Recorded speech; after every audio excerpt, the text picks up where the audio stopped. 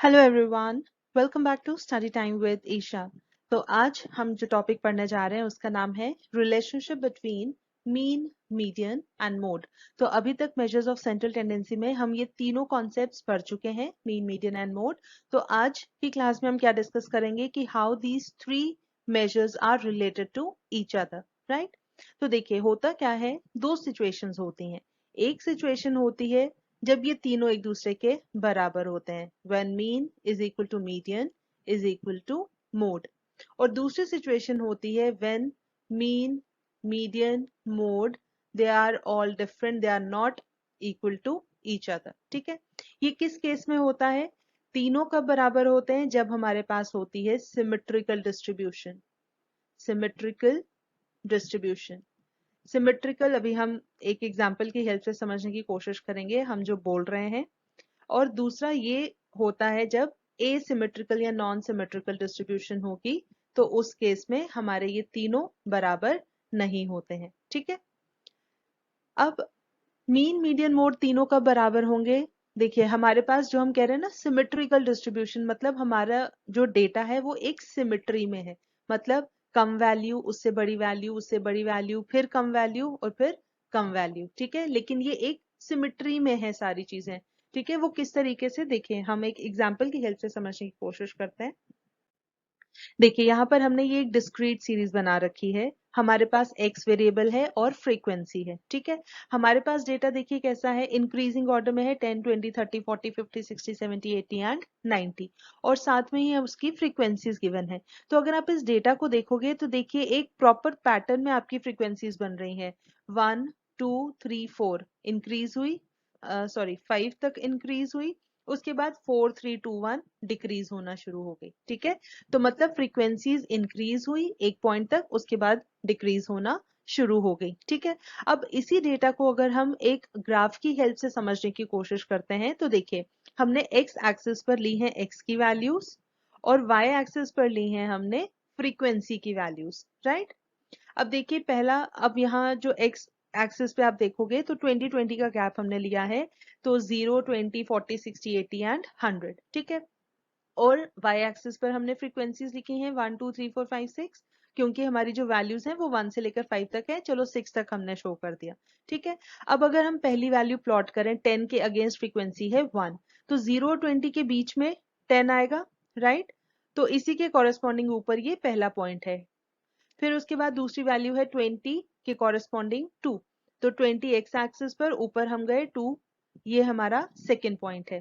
फिर है 30 के कॉरेस्पॉन्डिंग से, आई होप सबको ग्राफ प्लॉट करना आता होगा।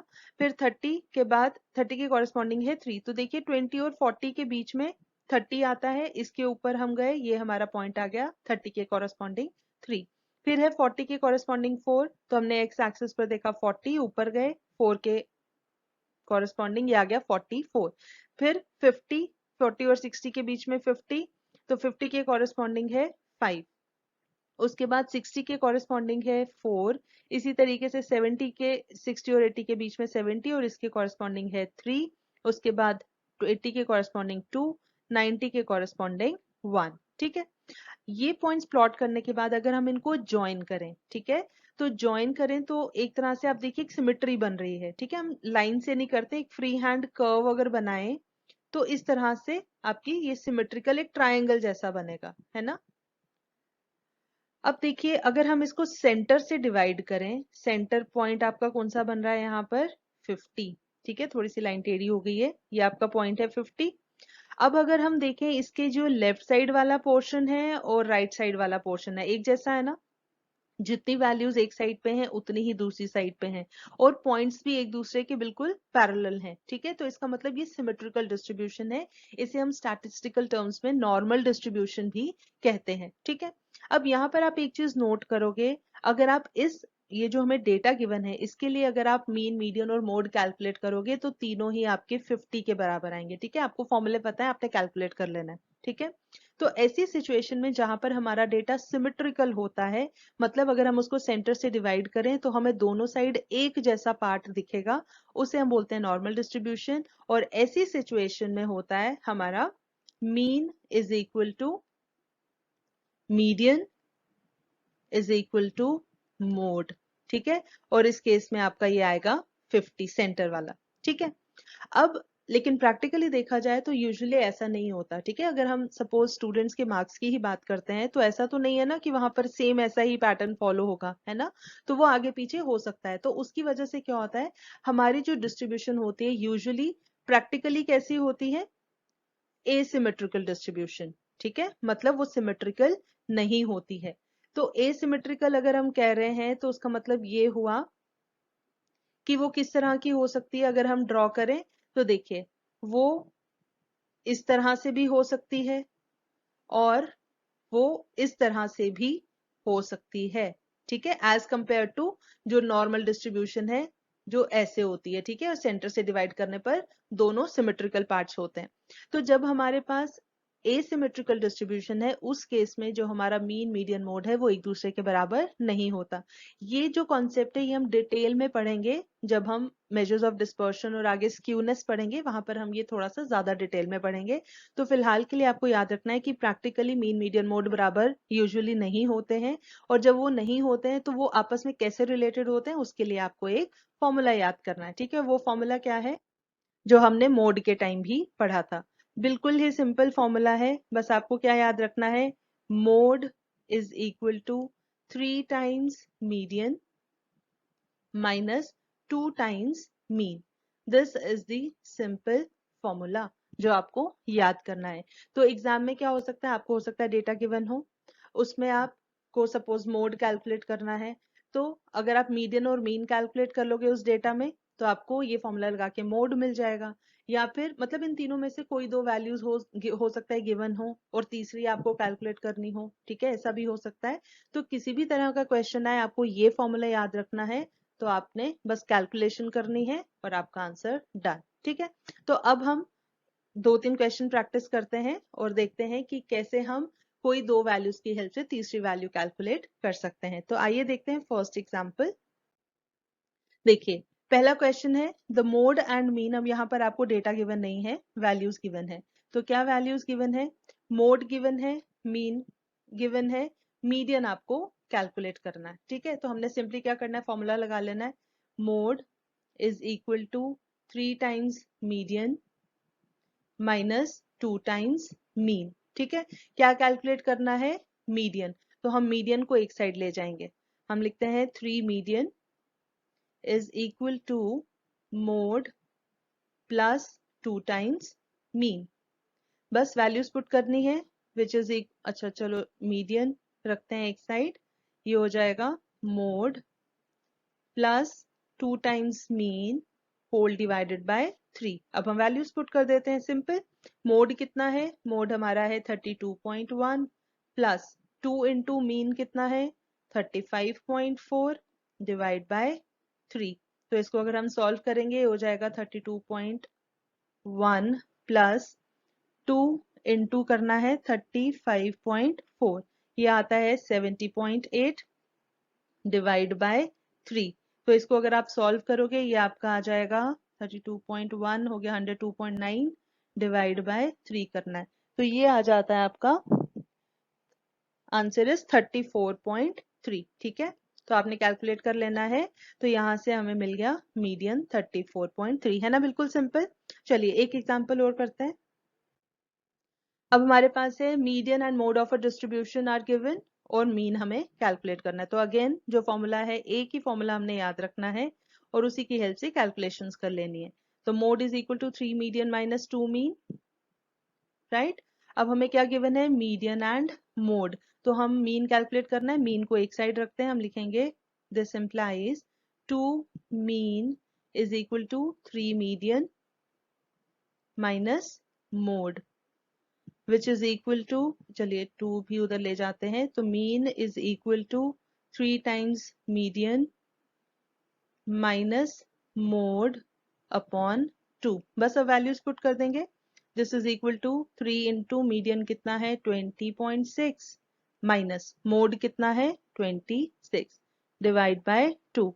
तो दिस इज इक्वल टू, अब हम कर लेते हैं 20.6 इंटू 3, ये आता है 61.8 माइनस 26 अपॉन 2, ये आ जाएगा 61.8 माइनस 26 करना, ये आता है 35.8 डिवाइड बाय 2 करेंगे, ये आ जाएगा 17.9। तो आपके मीन की वैल्यू कितनी आई? 17.9। तो बस सिंपल है ना, इस तरीके से आपको ये कैलकुलेशन करनी है। ठीक है, तो चलिए अब हम एक क्वेश्चन करते हैं जिसमें हमें डेटा गिवन होगा और फिर हमने ये सारी कैलकुलेशंस करनी है। ठीक है, तो आइए देखते हैं। Example number 3.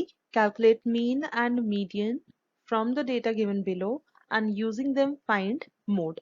तो हमें यहाँ पर क्या करना है, ये डेटा गिवन है, इनका हमें मीन और मीडियन कैलकुलेट करना है और उन दोनों को यूज करके फिर हमें मोड कैलकुलेट करना है। ठीक है, तो हम यहाँ मोड का कौन सा फॉर्मूला लगाएंगे, जो अभी हमने स्टडी किया। मीन निकल जाएगा, मीडियन निकल जाएगा, उसके बाद हम लगाएंगे mode is equal to 3 median minus 2 mean. ठीक है, बाकी grouping table, analysis table, inspection method कोई हमें यूज नहीं करना है मोड के लिए। ठीक है, चलिए अब देखिए हमारे पास है कॉन्टिन्यूस सीरीज। तो कॉन्टिन्यूस सीरीज के केस में हमें क्या करना होता है, सबसे पहले हम जो भी रिलेटेड फॉर्मूले हैं वो लिख लेते हैं। ठीक है, हमें कैलकुलेट करना है मीन एंड मीडियन, तो हम लिखेंगे सबसे पहले मीन का फॉर्मूला। मीन क्या होता है कॉन्टिन्यूस सीरीज के केस में? Summation of m into F upon n, है ना। मिड पॉइंट्स, क्योंकि यहाँ x की वैल्यू क्लास इंटरवल्स की फॉर्म में है। ठीक है, तो हमें मिड पॉइंट्स कैलकुलेट करने होते हैं, फिर हम फ्रीक्वेंसी से मल्टीप्लाई करते हैं और नंबर ऑफ ऑब्जर्वेशन से डिवाइड कर देते हैं। ठीक है, उसके बाद अब आपको अगर शॉर्टकट या स्टेप डिविएशन मेथड लगाना है, आपकी मर्जी है। हम फिलहाल सिंपल लेके चल रहे हैं क्योंकि we have calculators with us, तो हमें कैलकुलेशंस करने में एज सच कोई प्रॉब्लम नहीं आएगी। ठीक है, फिर उसके बाद मीडियन हमें देखना होता है कि कॉन्टिन्यूस सीरीज के केस में कैसे कैलकुलेट होता है। तो कॉन्टिन्यूस सीरीज के केस में क्या होता है, size of n by twoth item. ठीक है, इंडिविजुअल और डिस्क्रीट सीरीज में n plus 1 by twoth item होता है, कॉन्टिन्यूस सीरीज के केस में n बाय टूथ आइटम होता है। इससे हमें मिल जाती है मीडियन क्लास, राइट। और फिर हम लगाते हैं फॉर्मूला मीडियन का। तो क्या फॉर्मूला लगता है मीडियन के लिए? l plus n by 2 minus C F upon F into I. ठीक है, तो ये दो फॉर्मूले हैं, यहाँ से हमें पता चल जाएगा कि हमें इस टेबल में और क्या क्या कॉलम्स बनाने की जरूरत है। तो देखिए मार्क्स हैं x, तो इसके साथ कॉन्टिन्यूस सीरीज है तो हमें यहाँ मिड पॉइंट्स चाहिए होंगे। ठीक है, तो हमें एक कॉलम बनाना पड़ेगा मिड पॉइंट्स का। फिर हमें यहाँ पर फ्रीक्वेंसी गिवन है, तो हमें मीन के लिए चाहिए क्या चाहिए, यहाँ पर देखिए m इंटू एफ, तो मतलब हमें यहाँ एक कॉलम m इंटू एफ का बनाना पड़ेगा। उसके अलावा हमें और क्या चीज चाहिए, मीडियन। मीडियन में हमें चाहिए होती है क्यूमुलेटिव फ्रीक्वेंसी, तो हमें एक कॉलम क्यूमुलेटिव फ्रीक्वेंसी का बनाना पड़ेगा। ठीक है, बस ये सारी चीजें अगर हम अपने टेबल में बना लेते हैं तो हम इजीली मीन और मीडियन दोनों कैलकुलेट कर लेंगे। ठीक है, तो चलिए हम बनाते हैं टेबल और उसके बाद करते हैं कैलकुलेट मीन एंड मीडियन। देखिए यहाँ हमने ये टेबल बना रखा है, तो टेबल में हमने क्या करना है, सबसे पहले हम लिख लेते हैं मिड वैल्यूज। ठीक है, तो मिड वैल्यूज क्या है, 0 और 10 के बीच में 5, 10 टू 20 का मिड पॉइंट 15, देन 25, 35, 45, 55, राइट। उसके बाद हमें कैलकुलेट करनी है क्यूमुलेटिव फ्रीक्वेंसीज। तो क्यूमुलेटिव फ्रीक्वेंसीज कितनी हो जाएंगी, पहली वैल्यू रहती है सेम, फिर उसके बाद हम हर स्टेप पे ऐड करते जाते हैं। तो 4 plus 16 20, 20 plus 15 35, 35 plus 20 55, 55 plus 7 62, 62 plus 5 is 67। ये होगी हमारी क्यूमुलेटिव फ्रीक्वेंसीज ऐड सारी। ठीक है, अब हमें क्या करना है, और एक चीज हमें चाहिए मिड पॉइंट इनटू फ्रीक्वेंसी। तो वो हम कैसे कैलकुलेट कर लेंगे, अब आपको ध्यान रखना है कि कॉलम्स कहीं गड़बड़ ना हो, इसलिए हम मार्क कर लेंगे। ठीक है, हमें मल्टीप्लाई करना है इनको। ठीक है, तो 5 4 ज़ा 20, देन 15 इंटू 16 इज 240। कैलकुलेटर पास रखना है और कैलकुलेट करते जाना है। फिर है हमारे पास 25 इंटू 15, ये आ जाता है 375। उसके बाद है 35 इंटू 20, तो 35 इंटू 20 हो जाएगा 700। देन वी हैव 45 इंटू 7, ये हमारा आता है 45 इंटू 7 करके 315, राइट। उसके बाद हम करेंगे 55 इंटू 5, तो ये आ जाता है 275। ठीक है, अब हम क्या करते हैं, यहाँ फॉर्मूला लिख लेते हैं। सबसे पहले mean, mean is equal to summation of m into F upon number of observations. तो यहाँ पर हम देखेंगे टोटल कितना आता है, summation of m into F. फटाफट से आप टोटल कर लीजिए, हम भी कर लेते हैं। ये टोटल आ जाता है 1925 5, ठीक है। और n हमारा होता है सम ऑफ फ्रीक्वेंसीज या जो क्यूमुलेटिव फ्रीक्वेंसीज का लास्ट में आता है, summation of frequencies is equal to n is equal to ये आता है 67। बस हमें ये वैल्यूज पुट करनी है 1925 डिवाइड बाय 67। तो ये कितना आ जाएगा आपके पास, इसका आंसर आता है 28.73, ठीक है। तो हमारे पास आ गई मीन की वैल्यू। दूसरा अब हमें क्या कैलकुलेट करना है, मीडियन। तो median is equal to size of n by 2th item, right. n कितना है हमारा यहाँ पर, साइज ऑफ n इज 67, तो 67 by 2th item which is equal to कितना होता है 67 डिवाइड बाय 2 अगर हम करेंगे, ये आ जाता है साइज ऑफ 33.5th आइटम, ठीक है। अब यहाँ से हमें क्या चीज मिलेगी, 33.5th आइटम हमें देखना है क्यूमुलेटिव फ्रीक्वेंसी, और क्यूमुलेटिव फ्रीक्वेंसी में 33.5 नहीं है, तो हम उससे ऊपर वाली वैल्यू लेते हैं, वो आती है यहाँ पर 35, और 35 के कॉरेस्पॉन्डिंग हमारे पास कौन सी क्लास आती है, 22 30, राइट।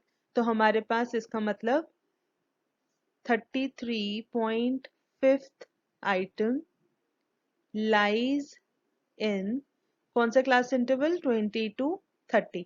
तो बस अब हम लगा देंगे मीडियन का फॉर्मूला। तो अब हम लगा देंगे मीडियन का formula, median is equal to L plus n by 2 minus C F upon F into I, which is equal to values put करेंगे, लोअर लिमिट है 20 प्लस n बाय 2 अभी हमने कैलकुलेट किया था 33.5, क्यूमुलेटिव फ्रीक्वेंसी लेते हैं pre median class की, तो वो कितनी है यहाँ पर 20, ठीक है। यहाँ पर हम ये मार्क कर लेते हैं, और इसकी अपनी क्लास की फ्रीक्वेंसी है 15, ठीक है। तो हम यहाँ लिख लेंगे 33.5 minus 20 divide by 15 into interval कितना है 10 का, ठीक है।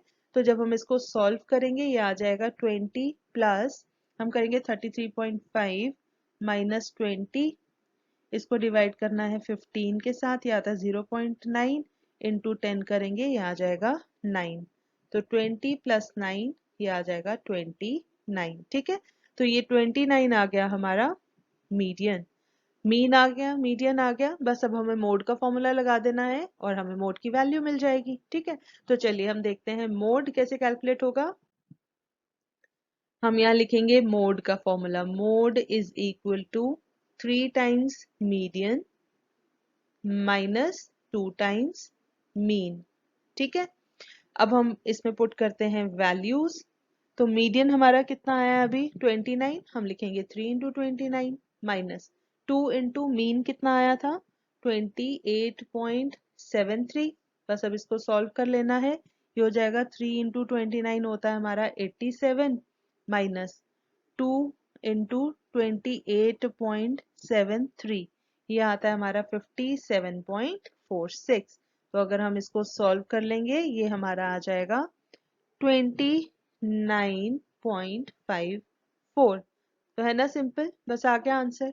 तो हमें यहाँ पर क्या करना था, सिंपली मीन और मीडियन कैलकुलेट करना था, और फिर उन दोनों को यूज करके हमें मोड कैलकुलेट करना था। इसलिए हमने यहाँ पर कोई इंस्पेक्शन मेथड नहीं लगाया, कोई ग्रुपिंग एनालिसिस टेबल नहीं लगाया, सिंपली हमने मोड का फॉर्मूला यूज किया कि how it is related to mean and median. तो ये फॉर्मूला यूज करके हमने कैलकुलेट कर ली मोड की वैल्यू, ठीक है। तो this is how we have to solve such questions. I hope this is clear, and I hope आपको इस क्वेश्चन में या जितने भी क्वेश्चंस हमने किए या जो भी हमने अभी आज के दिन में आज की क्लास में जो कुछ भी डिस्कस किया है, आई होप आपको वो क्लियर होगा। अगर इसके बाद भी आपको कहीं भी किसी स्टेज पे कोई भी डाउट रह जाता है तो आप कमेंट सेक्शन में पूछ सकते हैं।